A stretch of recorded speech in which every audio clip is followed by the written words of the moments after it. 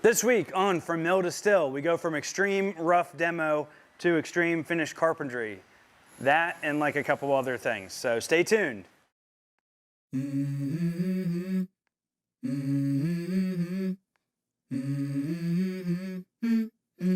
Let's go. I'm Robbie Delaney. My wife Caroline and I started Muddy River back in 2011 with 35 bottles a day and a still named Freedom built in my parents' backyard. Year by year, we steadily grew the company into 6,000 square feet, our second location, taking our 30 bottles a day production to 1,300 bottles a day production. This is our first 4-year barrel down. Okay. We've outgrown our space in Belmont, so now we're moving the entire production upriver, up the Catawba, up Dutchman's Creek.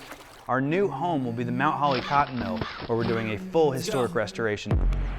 I wake up to a little bit of drool on my pillow, feel like it's gonna be a bad day. Yeah, I'm tired of shit, and the coffee ain't hit yet, damn, ain't that great. I don't wanna go to work. Gonna blow up the building with rum.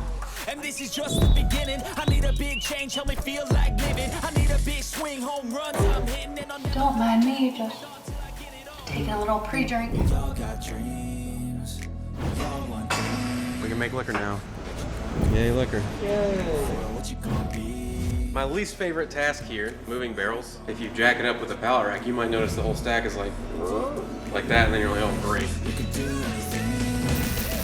What you gonna do for it? How you gonna do for it? What you gonna be? Going from 6,000 square feet to 20,000 square feet, we'll not only manufacture, bottle, and package our rum, we'll also have a full-service cocktail bar with a restaurant, private event spaces, a venue for concerts, shows, and festivals. Ooh. We've got a lot of work to do. Holy shit. Seriously? The bottom half of those 2x4s are trash. Can't put those in the building. Follow along as we transform this property from mill to still. All right, I'm gonna walk away from this one.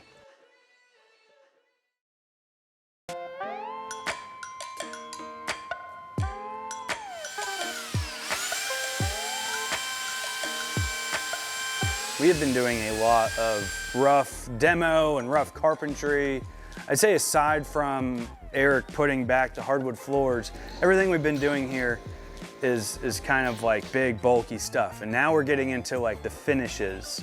I'm really excited that we're starting to work on the storefront. So this opening is open to below where you'll see the cellar and the distillery.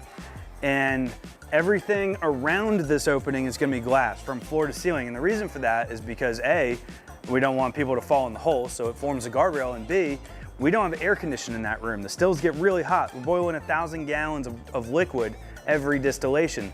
So we want to keep that heat in that room and condition the space in here where customers are gonna be. So we've taken old floor joists. This process involves us demoing the floor joist out of here. So we remove them, and they're big 4¼ by 14-inch floor joists. We then rip them down with a giant beam saw where you get this pretty heart pine edge, and we notch them. So we took a skill saw and like just packed a bunch of blades into it so it cuts a really thick groove, and then we make several passes to cut this groove into this joist here.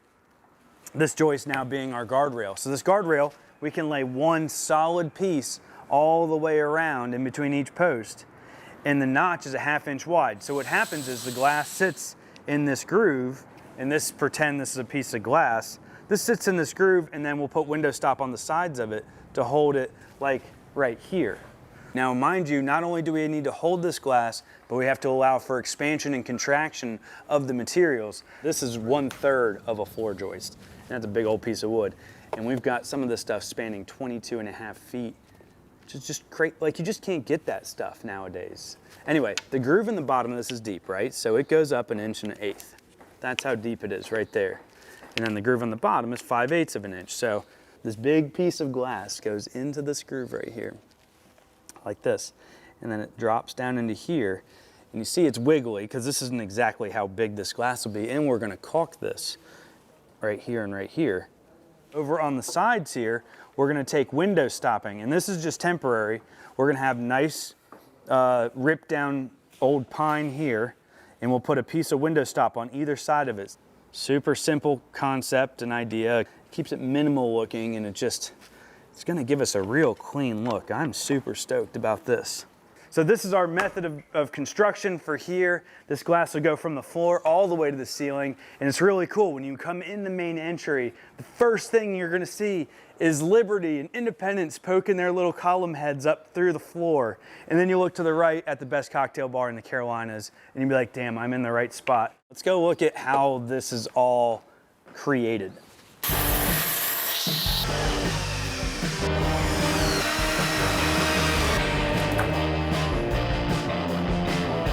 The process of doing this involves step one, acquire floor joist. Then once we have it, we have to cut it into 3 pieces.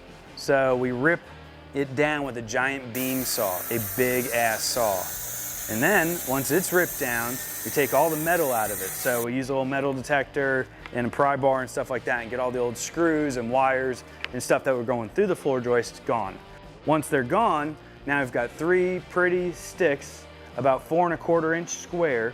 We then dado the short groove in the bottom piece, the short and the deep groove in the middle piece, and then the deep groove in the top piece. And that's it. That's how that goes down. The process of dadoing it is pretty cool. So you can see this saw right here, instead of having 1 blade on it, we have bolted 3 blades to it, which is crazy. I've never done that before, but it's really cool to use a saw with 3 blades on it. That thing, it's a Makita saw, so you really can't mess it up. Hashtag Makita on that one. They go down the center, down the side, and we've got this little rip fence on here that works kind of good. You use the rip fence on one side, and you kind of hold on to it with the other side to guide it. And you need it to be perfectly straight because the glass doesn't like to bend around corners. That'll create weak points and inevitably break the glass. So they dado out one side of the thing, and then they come back down the other side of the thing, and then they take a chisel that has been modified by us to fit just in the groove just right, and they take out the last little piece of wood left over, and that's how you do it.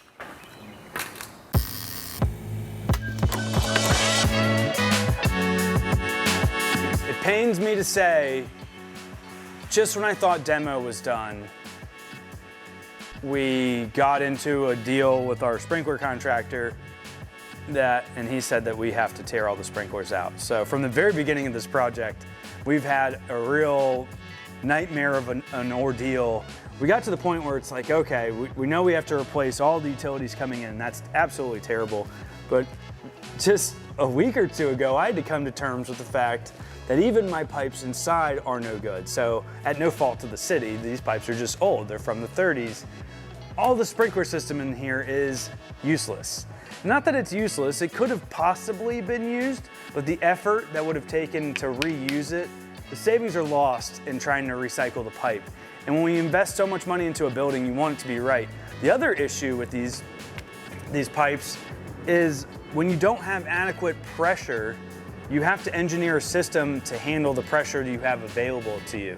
So the sprinkler company had to redesign an entire system for this building that would work on the extremely low pressure that we're being given from our infrastructure. And that inevitably led us to a trailer full of old sprinkler pipes that I'll be taking to the scrapyard. Sprinkler system has been totally demoed from this building. A new one's gonna go back in. The riser is still here. We may or may not use the riser. The riser being the pipe that carries the water from the underground up 3 floors to the top of the building. Also some sad news that goes along with the whole infrastructure, city water situation. As of this moment, we cannot build our barrel building. So I don't know what we're gonna do about that. We can't afford to do our barrel building because we can't sprinkle it. And when you have, barrels that are 8+ up to 20 years old, you need to be able to keep them safe. So because of that, we're TBD how we're gonna do our barrel storage. Can't be stored in the building, can't build a building. We'll have to just see what happens. But anyway, sprinkler pipes came out, and now demo is officially complete at the Mount Holly Cotton Mill. We've done a lot of demo in here. We tore out the floors, all those old rooms. We had to get rid of all the old owner's stuff. I think we've run through like 30-something dumpsters here This wall, the old wall that was here, had to be torn out and put back. So much demo happened in this project, and I'm not at all sad to see it go. Demo is now done, and that happened this week. This is the first load of metal coming out of the building to go to the scrapyard, and it doesn't look like that much. This is a lot, and it's really a lot of weight. My little baby truck is loaded down, not just with the sprinkler pipes, but also the bed of my truck has every ounce of copper that we've pulled out of this building since day one. That's it. This building did not have that much wire in it.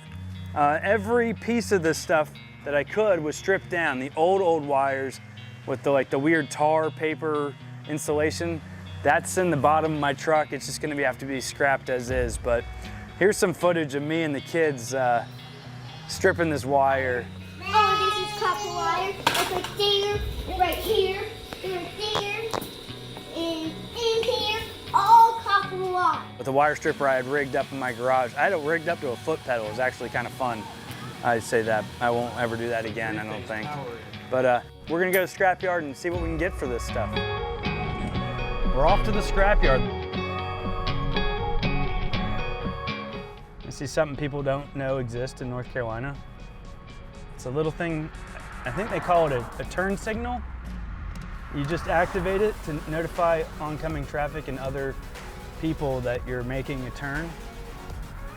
And it's just interesting to North Carolinians that most of them just don't know that that's a thing. Turn signals, huh?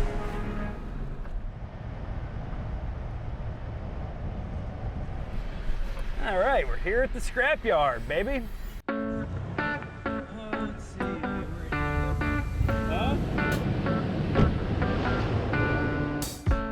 0 pounds. Let's see. We weigh 8,500 is my guess. I love to play this game with myself. 8,960. That's a pretty good guess. Just backing up in the scrapyard. You don't want to use the claw, do you? Not today. So now we go back to the scale.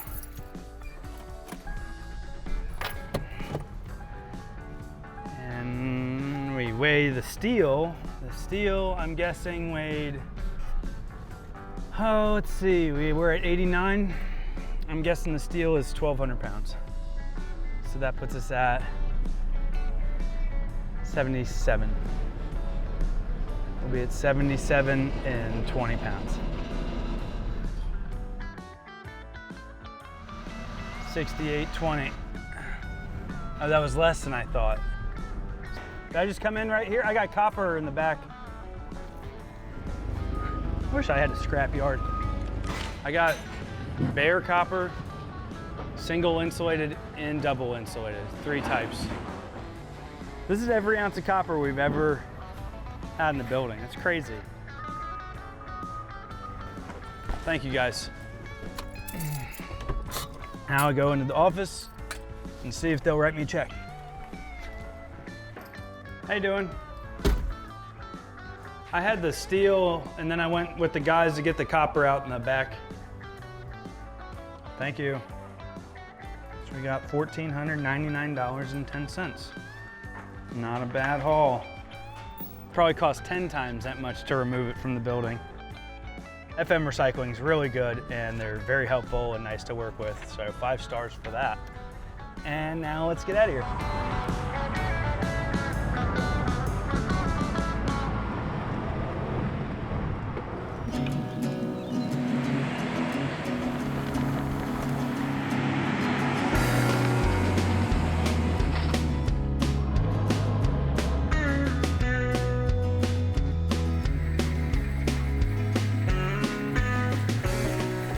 Sending out, let's see, got 6 pallets of rum going to Raleigh tomorrow, and this is gonna be on that truck, so I gotta get this done today so that I can wrap it up and stack it in the back.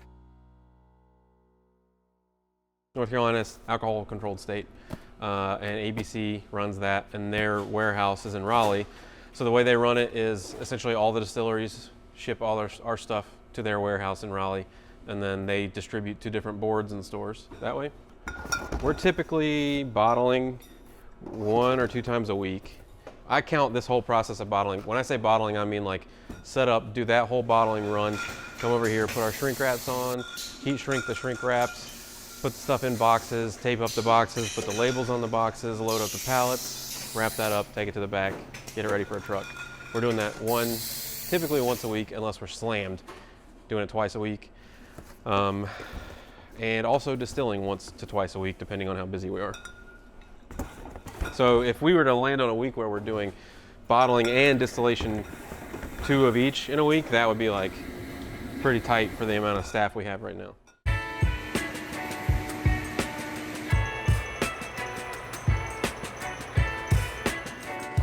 Before I started working here, I worked at Wells Fargo as a Scrum master, if you know what that is. Light project management almost. I did that for like 2 years at Wells Fargo. And then kind of felt like corporate life wasn't my jam, especially over COVID. I thought working from home was gonna be awesome, and then like 2 months in, I was like, I am so lonely. And, or like I just didn't feel like I had much, you know, value or worth doing that job, which is a big thing for me. And I finished my contract with Wells Fargo, started another one, but could feel like this is no different. And it was fully remote, like the company I worked for was in California. Actually, my wife told me she was pregnant, and I was like, well, I don't want to be like a miserable dad, so I quit my job the next day without like asking permission. I just kind of did it. But she supported it. She supported me like changing what I was doing to be essentially happier, or more fulfilled rather. And so I did that, and then I started working here like a month and a half after that. At the time, my mom worked for a chamber of commerce and was doing a golf tournament. And she was like, hey, I was helping volunteer with her to like do setup and take down and stuff like that. And she was like, I gotta pick up something for like one of the prizes. I think it was like 2nd place prize. And we were like, let's go get liquor from a distillery. And we just came here. He had a now hiring post up, and I was like, well, I'll try it out, you know, who knows? I just applied, and Robbie interviewed me. Basically, can you learn to work here, essentially, which is what I did. And then I've been here since then. That was September of 2021 when I started. That's how it worked. And now I keep this place open while he's not here, while he's building a new spot.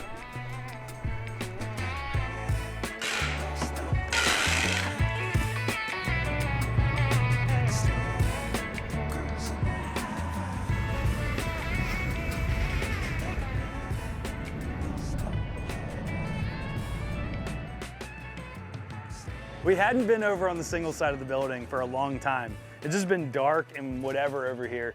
But that's changed now. Gaston Roofing is putting the soffits back. At first I was gonna do this, but I got convinced not to do it by the sales guy at Gaston Roofing. He did such a good job on the other stuff. I said, why not? Let's go ahead and fix it. We're doing hardy board up here. So if you'll take a look, you'll see the board against the brick is what we call freeze board. And that's a cementitious type material that will end up painting white. So that's against the wall. And then what you see looking at the ceiling is hardy vented soffit. That vented soffit allows air to get into the very teeny tiny cavity between the roof decking and the insulation board so that there's no moisture doesn't accumulate there. It has a place to go and breathe. So it's just the way it was way back in the day, using slightly more modern hardy materials, hence I guess the name hardy board. I don't know where that name comes from. Maybe you can actually tell us in the comments where the name Hardy comes from. I'm sure it's probably Mr. Hardy or something.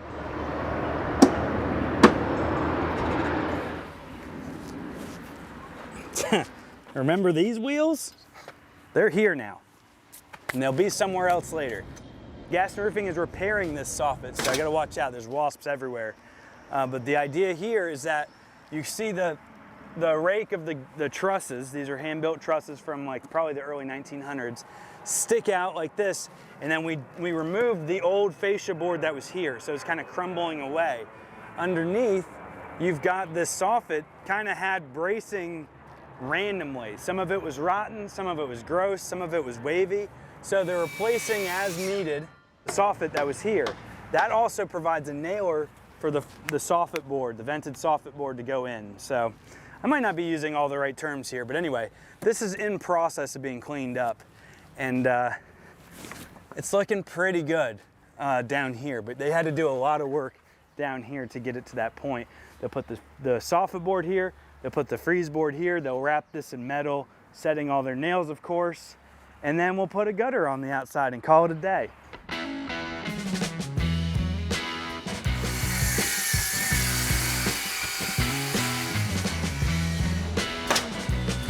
That wraps it up this week from Mill to Still. It's nice to get into the finishes out here and see this place really transform. I used to walk people through here and they'd say, well, I guess it's gonna be cool when you're done. Seems like a lot of work. And now people are like, this is actually starting to make sense. And when you can show people something and they see it as something that makes sense, that makes me feel good, because until then, you just assume you're kind of crazy.